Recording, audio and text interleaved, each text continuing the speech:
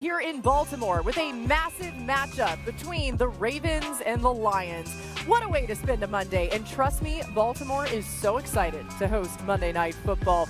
Lamar Jackson and Jared Goff ready for prime time, and we know Lamar loves to ball out on Monday nights. More on that in just a little bit as we get you ready for this game kickoff just about 5 hours away. Breaking news is how we begin the show, though, and we go right to Adam Schefter. Adam, what's the latest from the 49ers? Worst case scenario for Nick Bosa and the 49ers, Laura. Test today, a short time ago, showed that Nick Bosa did, in fact, tear his ACL during the game against Arizona. He hurt the knee, went into the medical tent, and as he walked towards the locker room, you could see him flash thumbs down to somebody in the stands. He knew that there might be a severe injury that he had suffered. Now, after the game, the 49ers head coach Kyle Shanahan said that the first test led them to believe that Bosa's ACL was intact, but they knew there was something wrong, and they had to have him do additional testing to confirm or figure out exactly what was wrong. That MRI today showed that he had torn his ACL in his knee. Now, he had torn his ACL in the opposite knee a few years ago playing in MetLife Stadium. This was a different knee, but it's the same result. He now will need season-ending surgery that will deprive the 49ers of yet another great player. They've lost so many great players this year. Brandon Ayuk out to the middle of the year. Brock Purdy has missed time. George Kittle is on injury reserve. But maybe the most devastating loss might be Nick Bosa, because he will not be back this season. Adam, you just hate to hear it for the 49ers. Injuries continue to be a part of their story. More from Adam throughout the show as we welcome you in. Marcus Spears, Mina Kimes, Ryan Clark, Dan Orlovsky. Swag, I start with you. What do you think about this news about Bosa being out for the year? First of all, it's unfortunate for Bosa, obviously, but you can't help but think about how much the 49ers have been riddled with injury.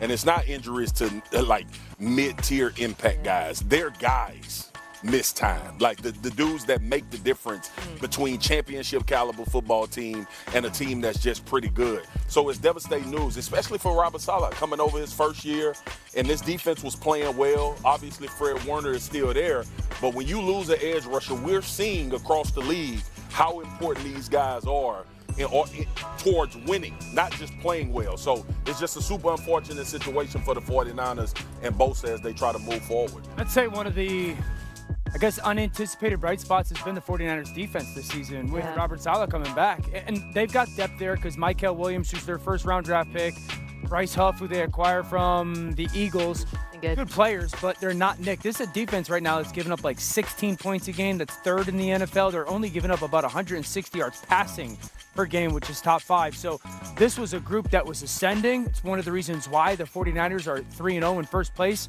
This is an enormous loss for this football team. We'll be on this news throughout the show, as well as more news that Adam Schefter will bring us. But you guys, the end of the 1 p.m. window yesterday was wild, okay? All these games ending in crazy fashion within a few minutes of each other. So let's take you through how it all went down. We begin with the Rams and Eagles keeping track at home. We're back in Jacksonville. The Texans are driving. They need a touchdown bad. C.J. Stroud trying to make it happen and is picked off by Antonio Johnson. Jags hold on to win 70-10. Big win for them. Ooh, the Texans are struggling. Okay, 4 minutes later in Tampa Bay. Tampa Bay just can't do like a normal ending to a game. It's got to be craziness. The Bucs up 26-20, 2 minutes to play. Chase McLaughlin looking to ice the game with 43-yard field goal, but the kick is blocked. Will McDonald takes it in for the score.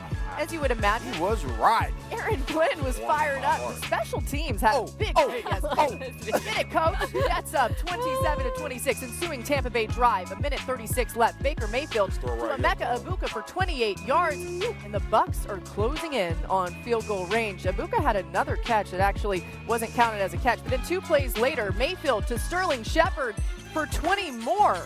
They're driving down the field. Shake and bake's ready to go. It's 4:20 Eastern, and the drama continues. 3 seconds away. McLaughlin right down the middle this time. Tampa wins 29-27. 4 crazy endings, all in the span of 24 minutes. Man, Honestly, so much Ruddy, fun. your read right there was Bro, I was insane thinking good. the same. That's Love like you guys. 6 minutes straight. All right, Jalen Hurts improves to 10-16 in his NFL career, including the playoffs. In games where his team has trailed by double digits, he's so clutch. Among quarterbacks with at least 15 such games since 1950, that's the third best winning percentage when down by at least 10. He trails only Patrick Mahomes and Hall of Famer Otto Graham, and now he's right in front of Tom Brady.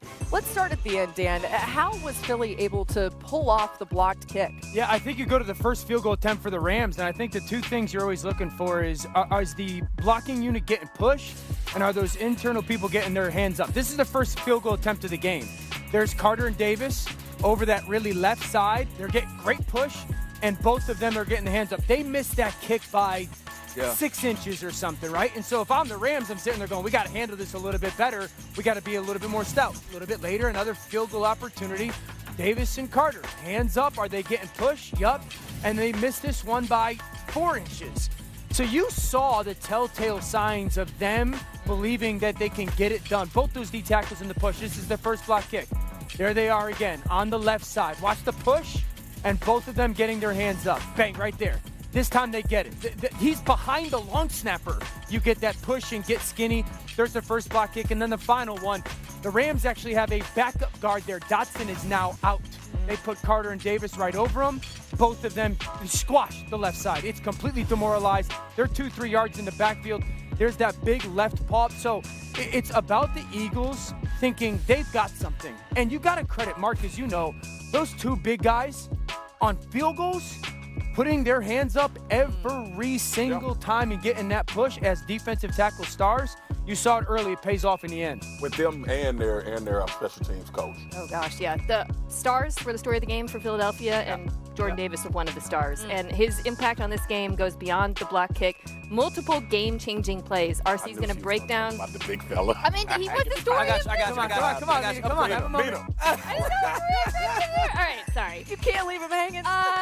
So Jesus. it was more than the block kick. He had multiple game-changing plays. Ryan's going to talk about the sack, the TFL. But what stood out to me, I'll make it up to you here, watching him was just the sheer athleticism. I mean, this is why Jordan Davis went in the first round. We were at the Combine watching him run, and it did not physically make sense to watch someone that size run at that speed. And then he comes in the summer, and he says he's lost weight, he's in the best shape of your life. How often do we hear that? And we write it off because it doesn't mean he looks like he's in the best shape of his life. Notably, he's averaging over 40 snaps a game this year. That's twice as many as he played last year. So not only is he making plays, his availability in this defense has been huge. Yeah, so much focus goes on the Georgia Bulldog who was drafted the year after Jordan Davis that we've forgotten how talented this young man is, and we got to see it all on display yesterday. Respucia once asked, do you want to see a fat chick slide, or do you want to see a big man ride? Here you're going to see Matthew Stafford gets out of the pocket. Watch the way Jordan Davis hawks him down as he runs to the sideline. Now, we know Matthew Stafford isn't a blazer, but look at this effort. Look at this speed as he gets to Matthew Stafford. And now, I know big dudes could float, but I didn't know they could swim. Watch this move on 4th and 1. He's going to have the swim move, get it to the backfield. It's a party along with Jalen Carter. And we've seen this play multiple times. I just want to marvel at it.